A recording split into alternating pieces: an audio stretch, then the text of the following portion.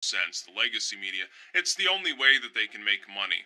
Because they've got the big studios and, you know, the silver-lined bathtub, sort of golden-crusted feet bullshit that goes on in the penthouses in Manhattan.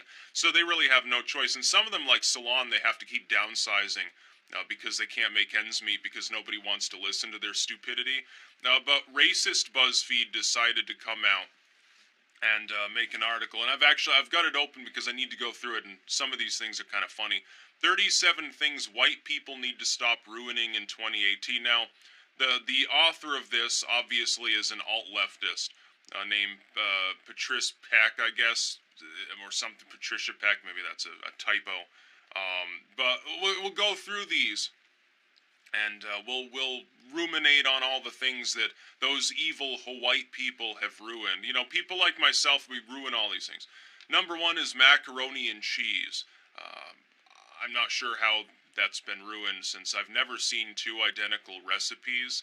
Like, regardless of race, like, if you make macaroni and cheese, it's not going to be the same as the way that your mom makes it, the way your friend makes it, or something. Like, you know, my mom, her mac and cheese, it's got a white kind of sharp cheddar. It's more on the dry side.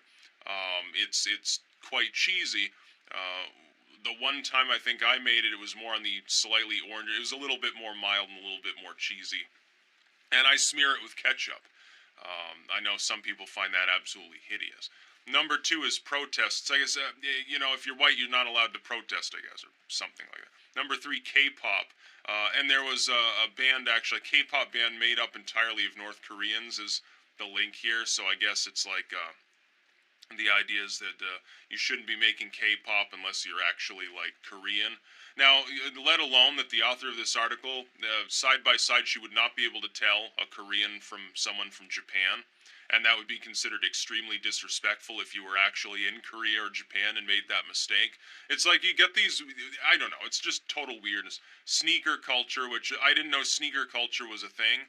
You mean like Air Jordans or something? I don't even know. It makes no sense to me. Makeup. Oh yeah, the idea that white people, if they use like bronzer or something, they're trying to look black, something like that. Trees. How do you gentrify trees? That's where birds live. Wealthy residents have fitted trees with anti-bird spikes in a bid to protect their expensive cars from bird droppings. Well, you see, I wouldn't call that gentrification. I would call that rich people sometimes do strange things.